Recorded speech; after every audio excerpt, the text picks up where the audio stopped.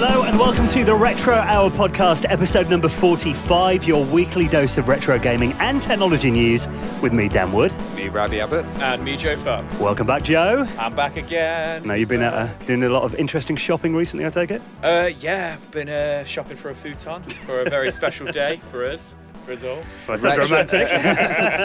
A Retro Hour futon. Yeah, Retro Hour futon. Keep your eyes peeled. This is going to be a bit of a tradition. Ravi and I started this last year doing a Let's Play video at Christmas, and we thought, now we do the podcast, it's going to be a Retro Hour crew doing it this year. Yeah, hoping to do it in my new games room at my house, show that off a little bit. We just realised we've got nowhere to sit. Yeah, I realised it's like I've got a beanbag, so I'm going to have to get a futon or something, so, you know, that's the dream at the moment.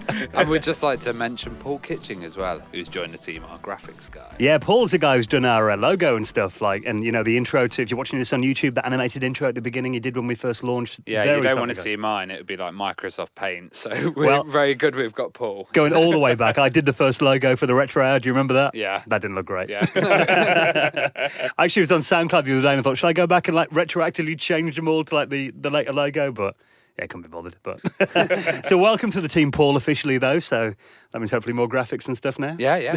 Now, of course, the show would not be possible without your very generous support as well. Some amazing donations through the website, theretrohour.com this week, including Tim Daleman, Garen Tungate.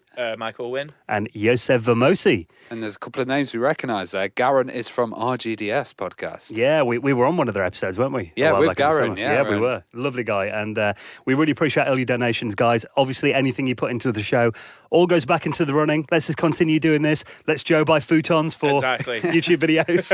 And if you want to make a donation, all you got to do is click on the PayPal link on the front page of theretrohour.com.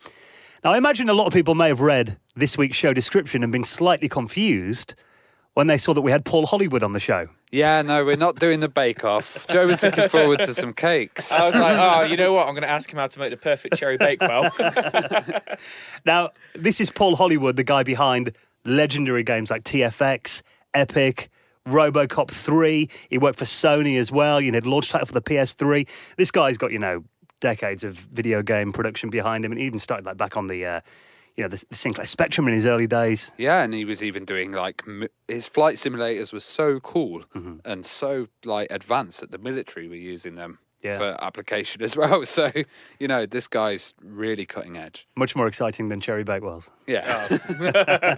But this is going to be really interesting, pretty much tracing the history of video games through the 80s and the 90s up to the current day. He's working on virtual reality now as well, isn't he? So, oh, yeah, and some massive VR projects that Facebook are jealous of. So yeah, absolutely. It's pretty big. Paul Hollywood is going to be on the Retro Hour in about half an hour from now. Let's get into this week's news stories then. And every time you're on, we talk about Virtua Fighter for some reason. I just don't know. I just don't know what it is.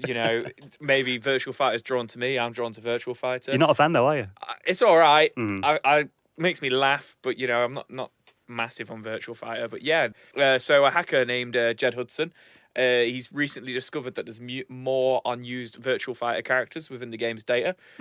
First things first, what baffles me is people are still trawling, going through all the data from these old arcade games from the early 90s. It's like 25 years old, this game. Yeah, it's like, you just wake up one day and go, you know what I'm going to do? I've got to get this really old arcade game, Simpsons Arcade. I'm going to see, have a look through there, what's going on What secrets lay inside it. But really interesting discoveries, though. Several characters, which, as you were saying earlier on, look like direct ports to Tekken, which is quite interesting. Well, the interesting thing is, everyone kind of knew it was Siba or something. It was the one that was kind of discovered a while back. Yeah. And he was an unused character, but there is more. And what they're saying is 4 of them they found in this? Yeah, so one of them they found is a military man named Jeff. Yeah. Now, if you look at the video, he looks just like P-Jack from Tekken 2 onwards, prototype Jack. So, it looks exactly the same, exact same character model. Luckily, they play completely differently. But then the next one you've got is a bloke called Akira. Yeah. Who plays and looks just like Kazuya. And what's really interesting is, we found this on SegaBits.com. It's like a Sega blog. And there's actually the top comment in this. Says that, the guy who was behind Tekken actually worked on Virtua Fighter first. Yeah, which I didn't know. Yeah, I wasn't aware of that either. But then it seems a bit suspicious that apparently this character's it appears in Tekken and is nearly a 100% copy of the early version of Akira. So I wonder if there's any sort of connection with the guy leaving and then working on Tekken. It's weird how they leave the code in there as well, especially you think, in cartridges, memory was quite limited. You'd think, get rid of all that, wouldn't you? Yeah, it's bizarre, like how stuff, it's always like interesting to find out why at the last minute something is pulled from it. Like clearly, there's the video here is it's functioning, it's fully functioning. So why was it pulled? Yeah.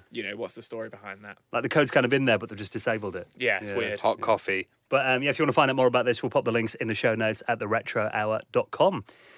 You fan of Castlevania, Ravi? No, I've never actually. Well, I've had a go on it, but I've never got into it. Heathen.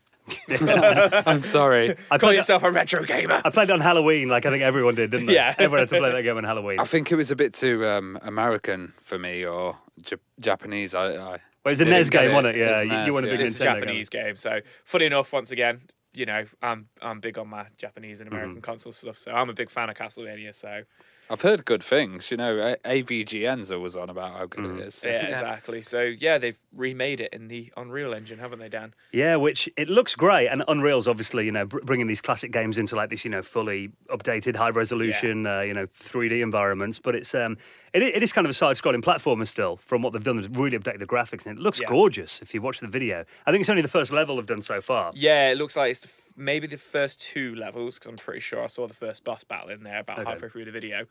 But yeah, it looks really nice. I think the whip animation could do with a bit of work, personally. I think that looks a bit odd. Yeah. But yeah, it's fully playable as well. You can download it as well from the website, which is pretty cool. But yeah, it just looks really nice and really smooth. And what I like about, look at the top of the screen as well, kind of the info bar. That's directly lifted from the original, isn't it, as well? They've not changed it at all. It's exactly the same in 8-bit, which I think is brilliant. You know what, with this, I've heard it's not very well optimized at the moment, because it's quite early, and you need a Yeah. pretty beefy PC to get 30 frames a second on it. But what's interesting is, from what I've seen, it's not endorsed by Nintendo, which generally runs you into problems with Nintendo. So hopefully it'll still be up at the time of releasing this episode. Good luck to them guys. Well, they've started a Kickstarter as well to port the whole thing. So they want to raise $72,000. Yeah. So far they've raised 198, and there's only 10 days to go. So. Oh dear. Well, it's quite amazing, this kind of Unreal Engine remakes. I've just got a little list here, which is they've done Mario on it, Ocarina of Time. Yeah. They've done, Sonic. There's even a Pong remake in the Unreal Engine. So it's pretty cool that fans can kind of make these 3D versions if they've got enough skills. Oh yeah, a lot of love goes into them and stuff like that. But like Dan says, there's always that kind of worry with Nintendo that they're going to shut them down, going to do a cease and desist kind of thing. Yeah, I spotted this on a couple of blogs, and obviously we've talked about it now, so it might get a bit more attention, but it's kind of, the fact that the Kickstarter hasn't been that big so far kind of suggests it maybe flew under the radar a little bit. Yeah. But it might be on the radar now. I would put money on the fact if it was to raise the 72,000, Nintendo would just shut it down. And if it's our fault, I apologise. But download it while you can. It looks really cool, actually. Now, this is crazy. Absolutely crazy. The world's largest arcade cabinet costs only $100,000. I like too. And it looks absolutely giant. It's 14 foot high. And it's made it into the Guinness Book of Records. Looking at it, I'd say, how big do you think that monitor is? It's 80 inches. 80 inches? Yeah, you go down a little bit, it says it's 80 inches. Jesus. So, yeah, that's one big monitor on there. So you have to be quite tall, stand on the ground and reach up for the buttons like you're a midget in an arcade. Well, you wouldn't even reach 14. Well, the whole thing's 14 feet, so I'd imagine that's about 7 feet up, 6 feet up. The guy looks like something off the Borrowers, though, doesn't he? Yeah. The pictures, it's like a little tiny guy, it looks like, on a seat holding up with the joystick. What makes me laugh is he's clearly playing some sort of gauntlet game and he's using a trackball. Right. Oh, yeah, I missed this out on the trackball. Trackball's at the size of his head. Yeah, it's a 16-inch trackball, which I think's brilliant. My word. It's like a football. The only problem, if you got something like this, it's like, where are you going to put that? It wouldn't fit in my house. And I've got quite a big house as well. Yeah, just tell your girlfriend, I'm going to get a small arcade. It's just going to come in. I just want to empty the living room. Finally convince the missus that you're allowed an arcade cabinet, just the one. Might as well go all out. Yeah. Again, though, this is another one of those things that's obviously been done just a bit of humour behind it and all that as well. But it's cool when, stuff like this ends up making it into the Guinness Book of Records and that kind of thing. And what would make me laugh is if they just mass produced it and you could just go on a website and buy it. There were several of them for sale. Well, even the coins he's got are big. So really? I'm watching the video and he's putting in big 25 cents and it's like really cool. Yeah, you wouldn't want to play that when you're drunk. You'd have some bad dreams after that, wouldn't you? Now, we've talked about this FPGA accelerator for the Amiga, the vampire that makes the Amiga like 100 times faster. Yeah, it's crazy fast. Now, the Atari ST is getting some love. Yeah, and they're saying this might revive the ST scene. So we're actually showing some love for the ST guys. Now, the guys at Apollo team who create this are asking for ST experts to contact them because they're not so hot on the ST. They're saying here that they could use the SAGA chipset, which is basically the advanced kind of RTG graphics chipset that they're using for the Amiga. They can convert that to the Atari chipset. So you'll possibly have HDMI out on the Atari, very, very fast clock speeds on there, micro SD support, all on this cheap card. Well, the thing about it is as well, because it's FPGA, I mean, those chips you can you can put anything on there, I guess. You could essentially do a Mega Drive version of this, stick it in a Mega Drive, HDMI out. Make your games 100 times faster. Yeah, like 60 million colour games and that on the Mega Drive. But... Yeah, totally. So give it blast processing. Yeah, that is blast processing. They should call it that, shouldn't they? Real blast processing. Nuclear blast problem. Yeah. But it's cool. I mean, I've looked on the, I was looking on the forums then, and Kipper is talking on there, who hasn't quit despite all the rumours at the moment. No, and I think it's good that they're expanding out as well because, the Amiga world's small. If you get into the Atari world, that could be good. Even get into other 68K kind of machines. The old Macs and stuff as well. The old Macs, yeah. So that's awesome, though, the fact that, it's such a versatile product that it can hold any operating system stuff on it as well. Hey, maybe they might do something so you could put the Atari memory into the Amiga and convert them. And I think that's like crossing the streams in Ghostbusters. You don't want to do that. Now, you're a big fan of video game music, Ravi? Oh, yeah, definitely. Tell us about this guy then, who's created his own video about video game music styles. I don't know if everyone will like this. It's pretty weird. But this guy's kind of representing every genre of video game music. So he sat there with his keyboard and he's done like Puzzle Zone or Annoying Aqua Zone. Do you want to hear a bit? Yeah, go for it. Which one's this? So this is a menu theme. The menu theme. You press start. Unskippable cutscene. That's very, very reminiscent of Zelda, like Ocarina of Time, Majora's Mask. Yeah. And these are not off actual games. These are just kind of like just kind of from his brain. A tutorial you're forced to complete. Yeah, he's got the vibe. You did it. The evil boss appears. Water level that everyone hates. Yeah. Well, this is really cool though. His name's Seth Everman. And he does some intensive staring into the camera when he's doing this. Yeah, it's quite weird because he's got a shaven head and he's got really intense eyebrows. And he's not staring at the keys where he's playing. He's just staring at you while he's playing it. I love that. That's intense eyebrows.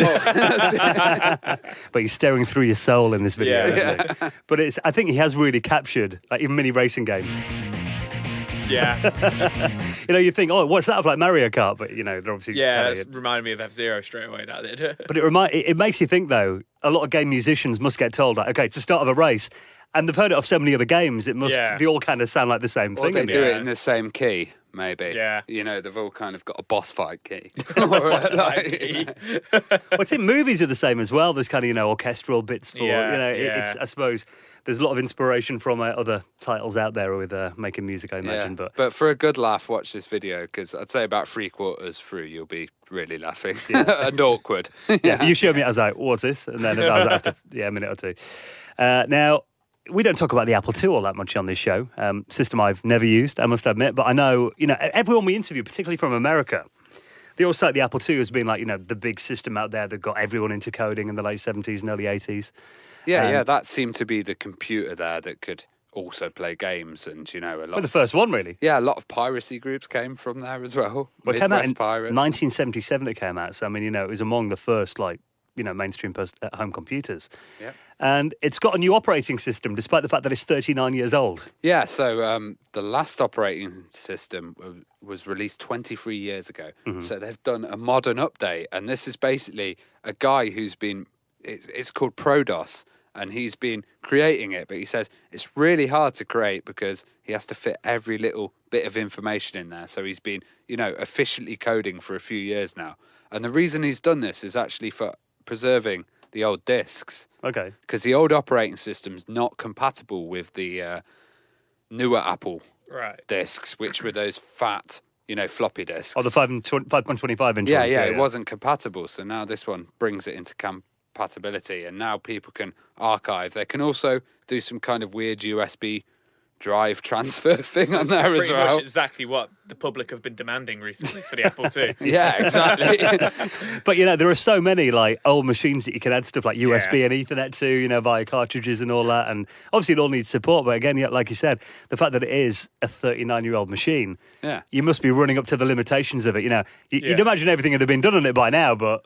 But he's saying, his discs are actually rotting and deteriorating, so he needs to get this archived. And it's a lot of programs that he's coded himself as well, so it's stuff you can never kind of get back. And the last statement, I love it, the last line. The amount of people this upgrade benefits is relatively small in the world.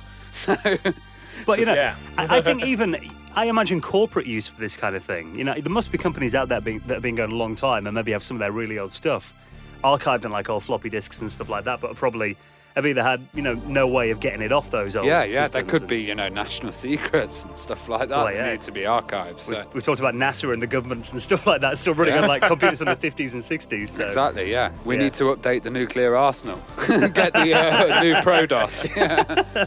So if you want to find out more about that, if you are an Apple II fan, we'll show that in the show notes at theretrohour.com. Right, thank you for checking out episode number 45.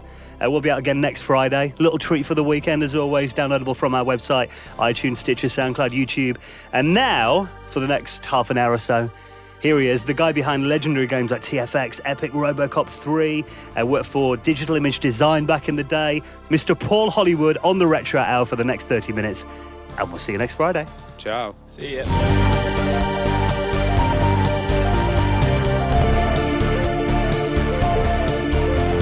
You're listening to the Retro Hour podcast, and it's time to welcome this week's very special guest, Paul Hollywood.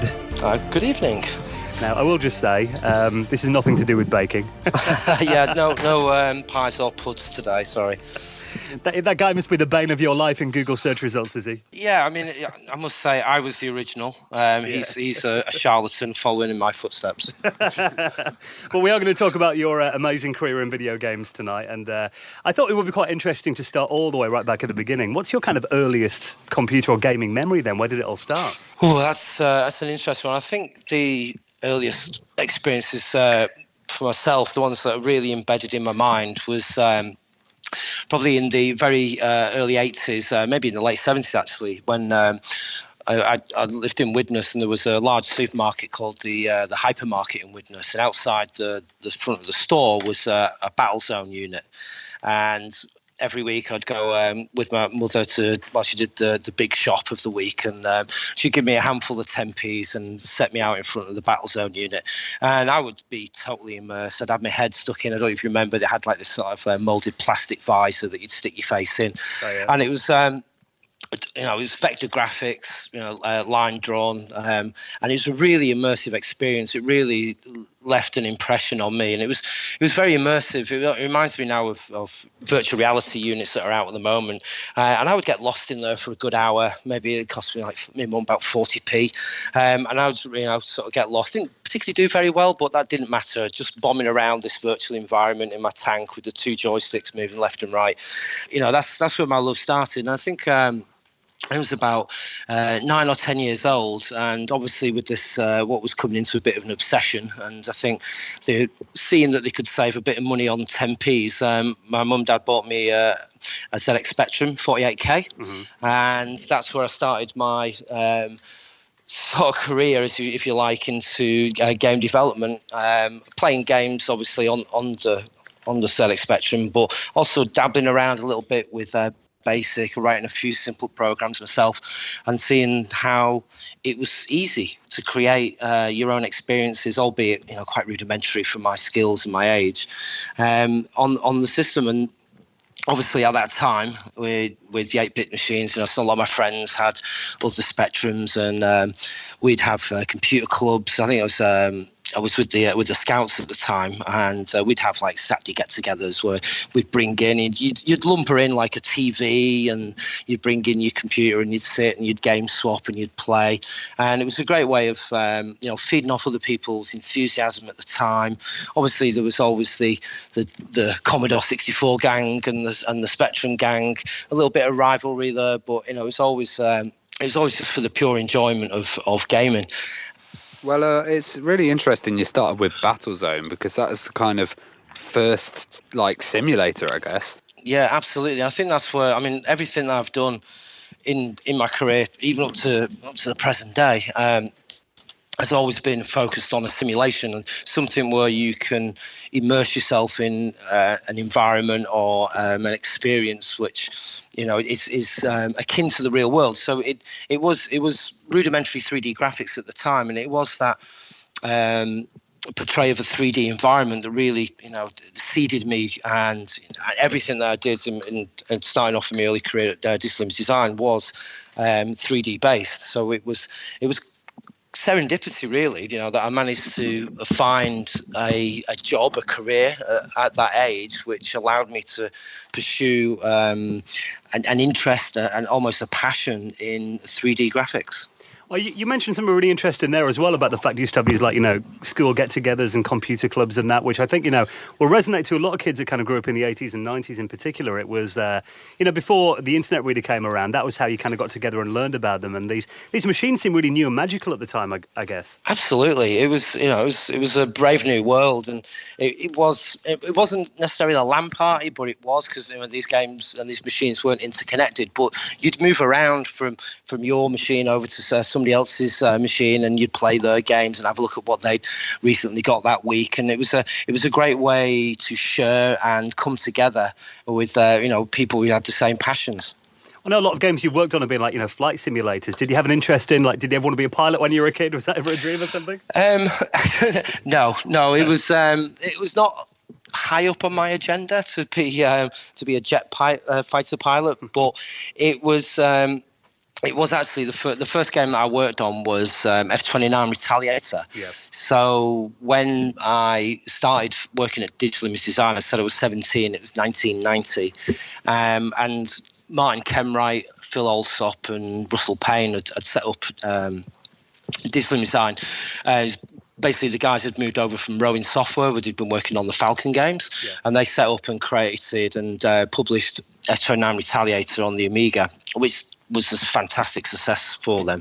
And you got to remember, at this time, it was still bedroom development. It was still these guys in a room working on something that was a passion, and they created a very compelling arcade flight simulator. But what they had was a very powerful 3D engine, a software 3D engine, obviously at the time, which allowed them to do some stunning graphics for that period. And when I started, I came on when they were converting F29 onto a DOS, onto the PC. So I was tasked with up-resing the graphics, if you could say that was possible at the time. So I started creating 3D models, creating props, and creating environments in this virtual world. And it was a very exciting time. It was actually more fun for me making the artwork for these games than it was actually playing the games. So Digital Image Design were kind of a flight simulator group that had games published by Ocean as well. What was the relationship with Ocean there? I think it was a very close relationship. So Ocean were the publisher of Digital Image Design games. Also, Ocean owned I think it was a 25% stake in Digital Image Design as well, and it was a really good relationship, and it was very good for us in terms of developers, because we would sort of say to Ocean, right, we're working on this game, and they would go, cool, here's some money, you go away and make that game. Unlike later on in the industry where things became more business minded, it was still very fluid development. So we would pitch up a few months later and go, here's a demo, this is what we're working on. They'd be like, hey, that looks really cool, here's some more money. And there wasn't any real sort of deadlines or milestones or meetings where we had to deliver certain things. It was just when the game, we were happy with the game was ready, then Ocean would publish it for us. I know around that time as well, Ocean, like early 90s, they were like, you know, one of the biggest game companies in the world, weren't they, as well? I mean, stuff like the Batman games, a lot of those movie licenses as well. Yeah, I mean, I myself, when I was in playing my ZX Spectrum, it was Ocean games that really sort of stood out in my mind. In, you know, like you say, the Batman games and the movie licenses. But yeah, they had a massive catalogue of games and a massive throughput. So I mean, a lot of games that I played were Ocean games. So actually coming into the industry and working for Ocean was almost like a dream come true. Were you involved in any of the military simulators? Because I know they did a military laser design simulator. Yes, yeah, we did. So I'm jumping ahead a bit. We made a game called EF2000, and EF2000 was it was a flight simulator based on the as yet off-plan Eurofighter, which wasn't in service at the time, and it was just getting sort of coming into production. And we created this very advanced flight simulator. It was actually one of the, if not the first games to use the newly created 3D accelerated graphics cards for PCs. So we jumped on that to really maximize the visual quality of the product and really take it as a step change up in the sort of immersion and the quality of the game. So much so, and so accurate was our simulation, that the RAF and NATO approached us to develop a desktop training solution for the pilots who were training for using the new Eurofighter. So basically what they were doing, they had a very complicated control mechanism with the right hand controller, which was controlling the thrust. But on the top of the controller, there was a number of buttons which you used to do the missile lock on, target select, and deployment of weapons. And to practice this dexterity with the left hand, they actually sent the pilots up into the sky, which cost tens of thousands of pounds per run, so they could practice these maneuvers. And we created, using off-the-shelf peripherals that were available at the time, we produced a desktop version which was packaged up in a flight unit and shipped out to various places around. I think it was Baltlands War at that time, and it was used extensively as a training tool. I imagine making like an accurate simulator though, because flight sims are so many calculations and you've got to get the physics just right. How do you guys do your research into that then? Well, obviously at that time there was no such thing as the internet, so we had to, we'd look into libraries, we'd look into research papers, we would get as much information as we could, but it was all basically hinged upon the accuracy of our 3D engine. So once we had a very accurate modeling of the real world in terms of polar coordinates, in terms of the 3D space, and then mapping onto that the physical engine of the way that the aeroplane moves, the way that it reacts to the control input. So it was like a subset. It was like an evolution over time. We didn't just get there overnight. The EF2000 was the child of a game called TFX, which in itself was a child of EF2000. So it was over time that we developed these accurate simulations. Well, going back a little bit, I mean, one game that I remember was really groundbreaking that you guys worked on was Robocop 3. And that, you could say that was a very early FPS, really, looking back at it now. I mean, did it feel like it was really groundbreaking and something new at the time?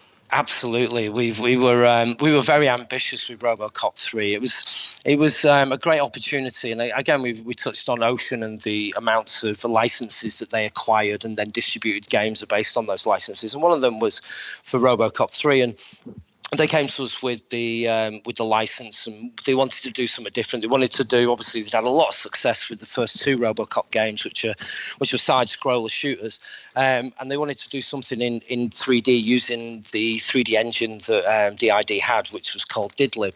And we ran at that as hard as we could, and we had a script for the film. We didn't have any real visual sort of materials to base it on, but we had a script, so we let our imaginations run wild, and we looked at the different acts in the film, and we developed what you could say there were almost 3 different distinct games in one.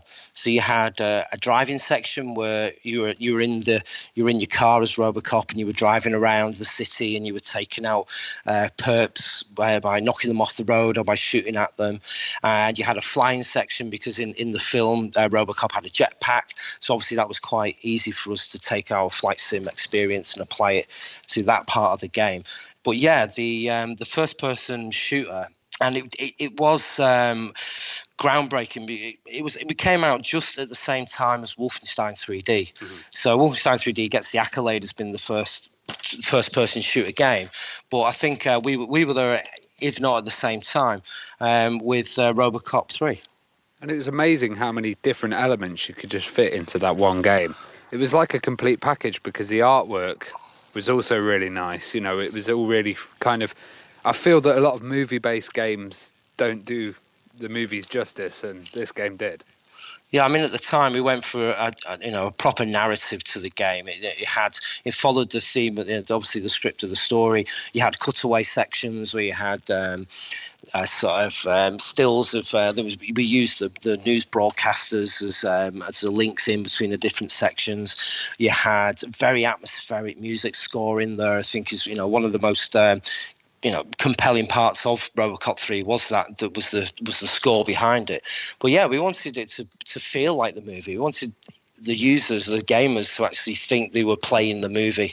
I remember around that time reading about Robocop 3 in the magazines, and I remember a lot of them making like a really big deal about the virtually unbreakable piracy protection that you had on that game. There was even like a joystick kind of dongle you had to plug in before the game played, and it was cracked pretty fast though, wasn't it? It was, yeah. Was that a surprise? At that time it was a real problem for the publishers. They were, there was, and I must admit to myself, I had a number of C90 cassette tapes when I was the ZX Spectrum days, where you'd copy games, and it was, in a way, it was quite naive and innocent at the time. But as the business got bigger and bigger, then the money became more of a factor. So they were looking for more innovative ways to protect games. And as we were developing Robocop, the guys had been in touch with I can't remember the company that made the dongle at the moment, but they said, yeah, we have a foolproof hardware solution for protecting the game. We have this dongle that you can put into the joystick port,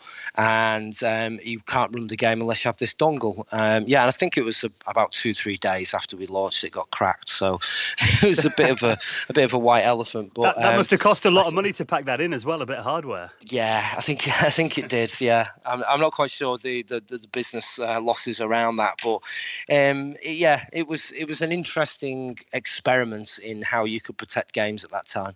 You must have had some quite powerful hardware to develop these games. What were you developing them on? Well, to be fair, we were actually developing them on the target platforms themselves. When I started, I was working on an Atari ST.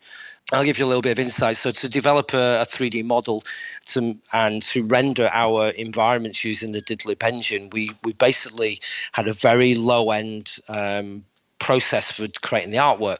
So this would involve me designing let's say Robocop's car. Okay, so I'd draw it out, I'd design it on a piece of paper. Then I'd take a bit of graph paper, which you remember from school, and I would draw out this vector graphic version of the car, and then do 3 or 4 projections, and then I'd use the graph to plot a point in 3D space, and I'd actually have to type into on the Atari ST on a TV as well. So I'm quite surprised I've still got my eyesight as well, as good as it is. But I'd actually type in do point 1, and then I'd give it an XY coordinate, so 10, 20, minus 30, and then I'd move on to the next point, so do point 2.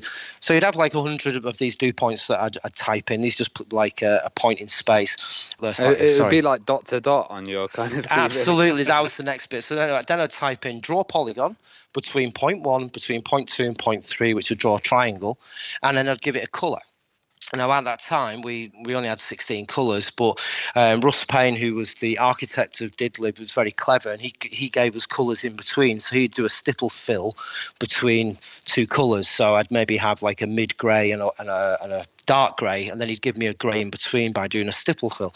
So I'd sort of pseudo light this object using these rudimentary colors and polygon fills, but then I'd have to work out which polygons you'd see in front of the other ones and which ones would see behind. So it'd almost be drawing dot to dot, but then a very complicated jigsaw puzzle that was sorted in Z space.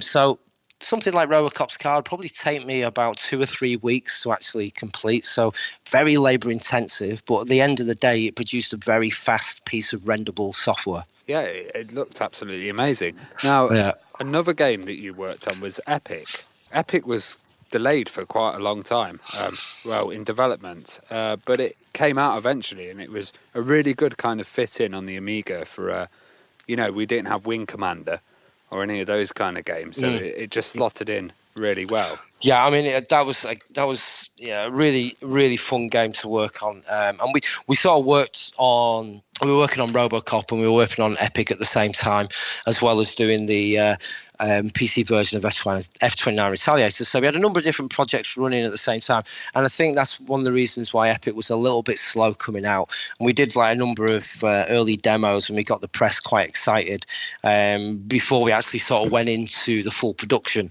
So it did seem like there was a long time between announcement and delivery, but it was a really nice holiday from doing the flight simulations, doing a space simulation, but still underpinning exactly the same technology, the same engine. But we could go to town on the visuals. It's a lot more fantasy driven, a lot more vivid colors, a lot more arcade action with flying around and shooting other spaceships. And as a sci-fi fan as well, it was a fantastic experience to work on that. And one of the things that we developed for Epic was a process that we called an introgen. So it was where we overlaid 3D models moving in space on top of a bitmap. So I don't even remember at the beginning of the game, you had this sequence where it told the story of the human armada leaving the dying planet and having to travel across space, and the Rexon Empire was planning to attack, and there was all these wonderful sequences of spaceships flying through a space where actually they were just models drawn over a backdrop. And again, I think that was a really innovative piece of software technology that we created at that time. And quite a lot of those spaceships kind of looked a bit Star Wars-y as well. I can tell you that we took inspiration from many different places. I think some of them looked a little bit like Battlestar Galactica. Some of them may have looked a little bit like Star Trek and Star Wars, but it was, at least 10% different to what was actually portrayed in those IPs. And I'm just making sure there's no lawyers listening to right now. Well, it had an amazing soundtrack with David Whittaker as well. I think that was a great choice. Yeah, absolutely. I mean, from the onset with all of the games at DID, we understood that the music wasn't just 25% of the review score. It really was part of the experience. And it really, I remember sitting in my darkened bedroom myself playing video games, and the audio would be really important to immerse you into the experience. And that was at the forefront of the development at DID. Well, around this time, I mean, you were doing cross-platform games. I mean, was it kind of hard developing for PC, Atari, and Amiga, like around that time? Yeah, it was distinct projects. The code base between, if I remember correctly, is going back a little bit now, but I remember that the code base between the Atari ST and the Amiga was quite similar. We could reuse a lot of the code, but the PC was a different code base. So those PC conversions were very, bespoke. Well, TFX, was obviously a huge game for you guys. And, that was really like, kind of the next generation of flight sims around the mid-90s. What engine was that based on then? And what was the development behind that? How did that go? Well, that was, again, it was all based on the same engine. So Didlib was developed and evolved over a 10-year period. So as the sort of core mechanics, the real sort of crux of the drawing the polygons to the screen was done on the low-end 16-bit machines in the early 90s. And that sort of foundation meant that when we evolved it up to the PC and the faster graphics cards in time, then we already had a very fast base to the rendering, and it meant that we could just overlay more and more visuals on top. And with TFX, we started playing about with textured polygons, which just took everything to a whole new level of realism at that time. Was that a massive step then when textured 3D came in, and obviously the PlayStation, everything came along at that point, and everything suddenly became 3D, didn't it? Yeah, absolutely. It was a game changer, and in terms of development, you had to suddenly develop a whole set of new skills. So not only being able to create really good looking 3D environments and 3D models that go in the environment, then you had to become a painter. You had to be able to draw texture maps to put onto those models. But then it became a real art in itself, that you pseudo shade and create really stunning looking objects from quite a rudimentary tool set. It was a really good game because it had all the different kind of campaigns as well. That was a big move up for TFX, and it was also similarly mirrored at that time. We had a parallel development with a game called Inferno. So not only was it a combat game, TFX, so we wanted to layer on a campaign around it. So it wasn't just a linear progression, which the previous games were: do this mission, move on to the next mission. There was a flow to it. It branched off. You could do different missions at different times. There were different consequences, and therefore you would play a different playthrough every time because of how you progress through these different paths in the game. So it really sort of started taking our games, and at that time it was what was happening within the industry. The games were becoming a lot more deep in terms of the experience, and in the way that you played them dictated the outcome. So another game that around this time that never got a release, Lethal Encounter, was supposed to be like the big flight sim for the Nintendo 64. What happened with that then? Right. So my memory serves me well. This is when we started looking at console markets. So we were developing at the time. We had a 3D engine. A lot of the 16-bit consoles, home entertainment systems, Nintendo, Sega Mega Drive, etc. Weren't geared up for doing 3D graphics. But then there were a few that came out, and there was some of them that weren't released. So we worked on a Hasbro gaming console. We started looking early doors at the Nintendo 64. So we started developing. This is later on in the 90s. So we'd grown the studio, so we could start doing multiple projects at the same time. And I was working on Lethal Encounter, and it was our first sort of foray into console gaming. And we developed a couple of prototypes. We had our game design approved by Nintendo, and we were in development on Lethal Encounter. But through resourcing and through our commitment to the larger flight sims that we were creating at the time, we decided to leave the console market and just concentrate on the PC gaming with the flight simulations. How far along did the project get in the N64 then? Is there still anything you've got, like any prototypes or anything? I might have a cartridge somewhere in the loft. I don't know if it would still work, but yeah, it was a really interesting concept. It was again a few influences from Inferno and Epic, where there was a space invasion onto the planet Earth, and you were a commander of a multi-terrain military combat vehicle, which was going into these different antiquity sites around the world, such as Angkor Wat and the Great Pyramids.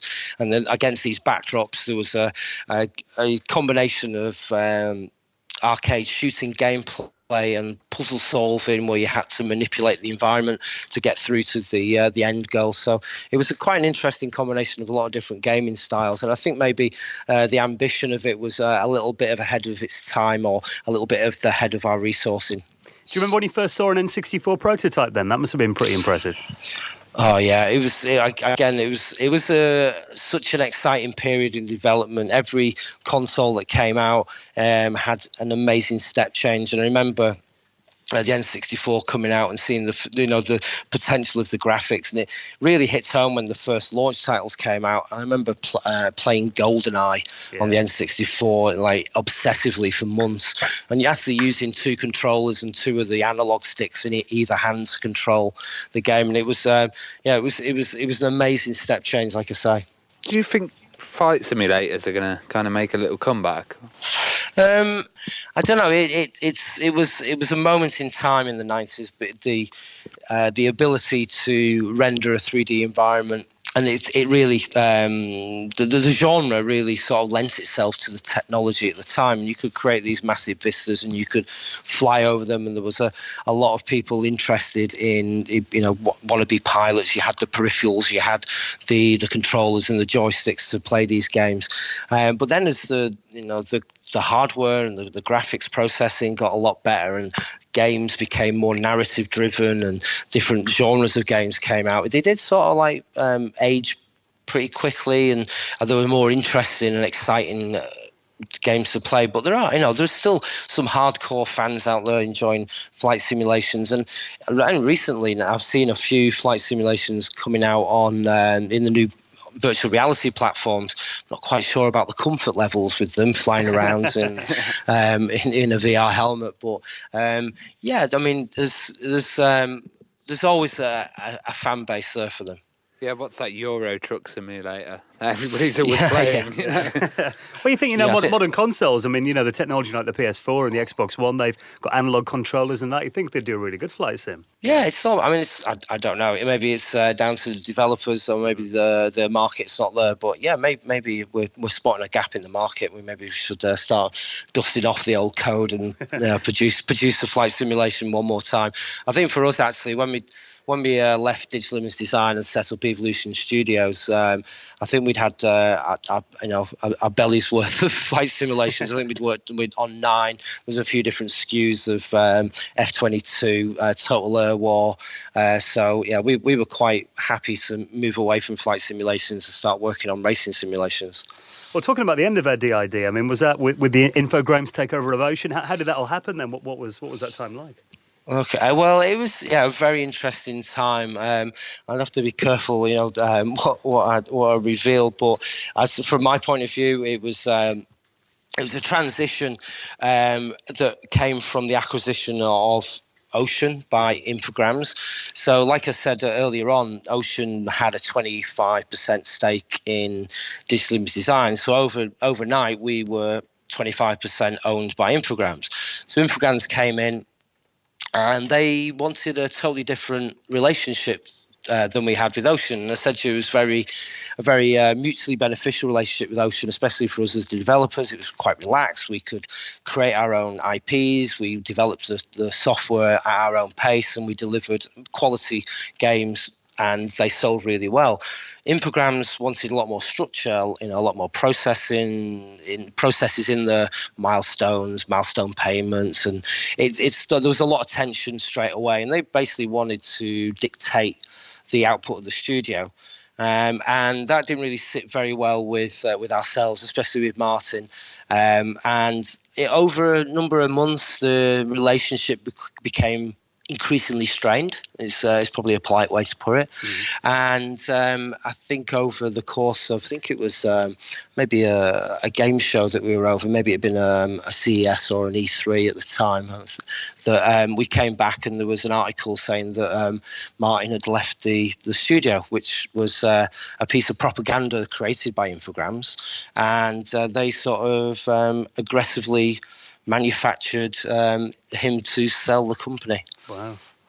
So yeah, it was one day we were working for DID, and the next day we weren't. We were setting up again Evolution Studios. Well, tell us about the start of Evolution then.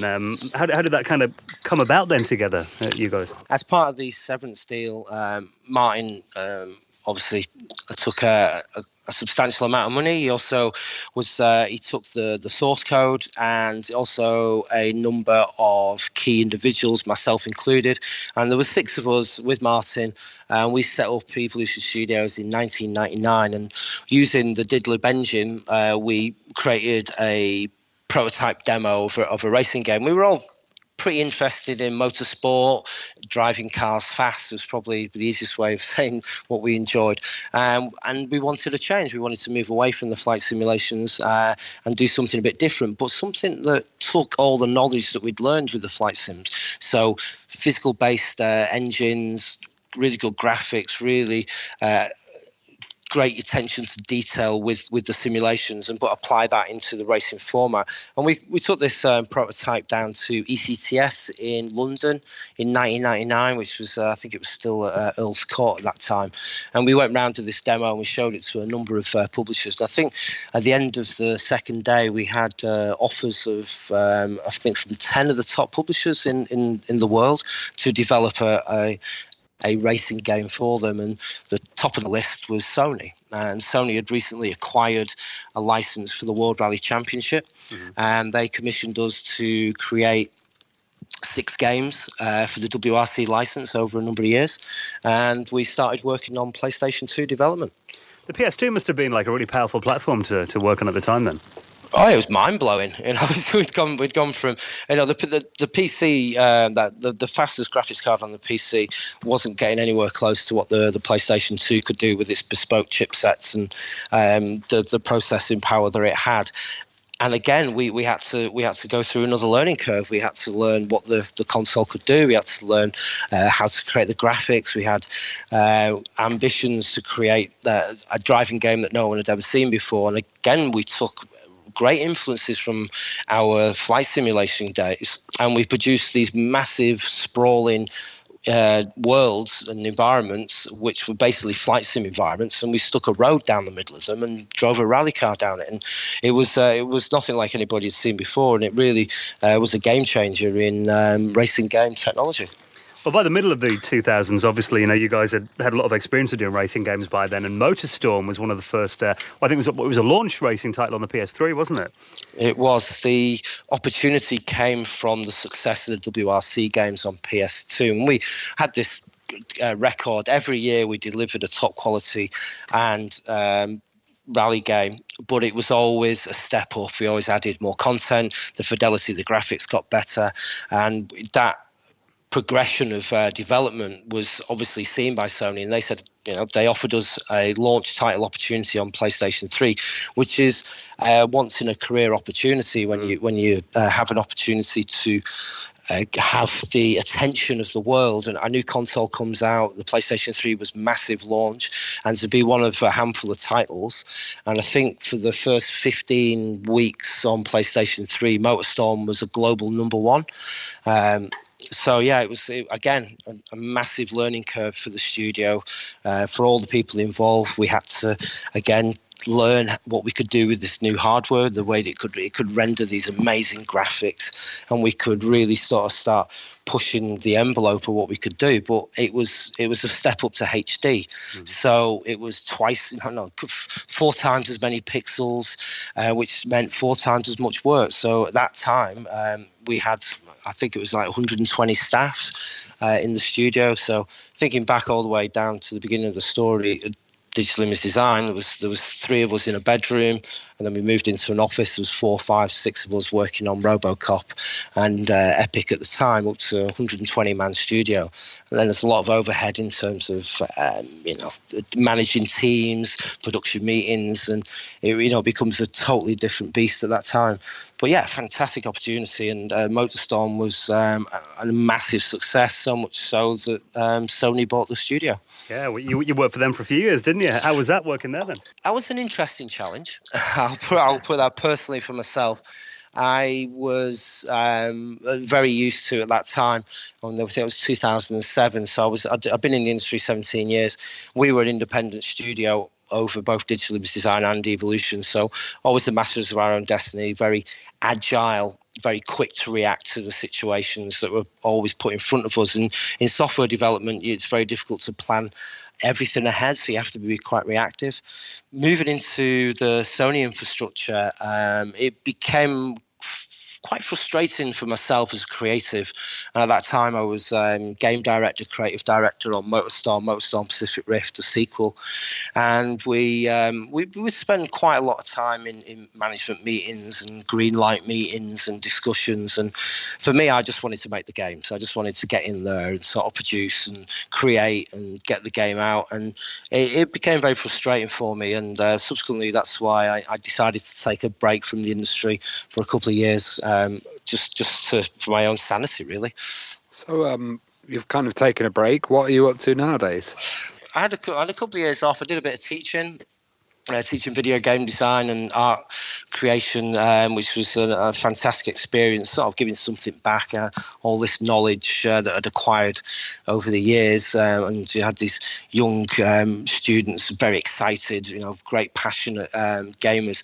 And spending time with these young people really got fired up my enthusiasm again. I'd almost fell out of love with video game creation because of what happened at the final days at Sony, and all of a sudden I was like, this is quite exciting. I want to get back into the industry. And I had a few interviews with some big studios, nothing really came of it. And then Martin Kemwright phones me up again, like he did when I was 17 years old, saying, I've got a video game studio, do you want to do some graphics for me? Which I think at the time I thought it was a bit of he was taking the Michael, but it turned out to be true. And in 2013, I got a similar phone call. We're setting up another studio, which was called Starship at the time.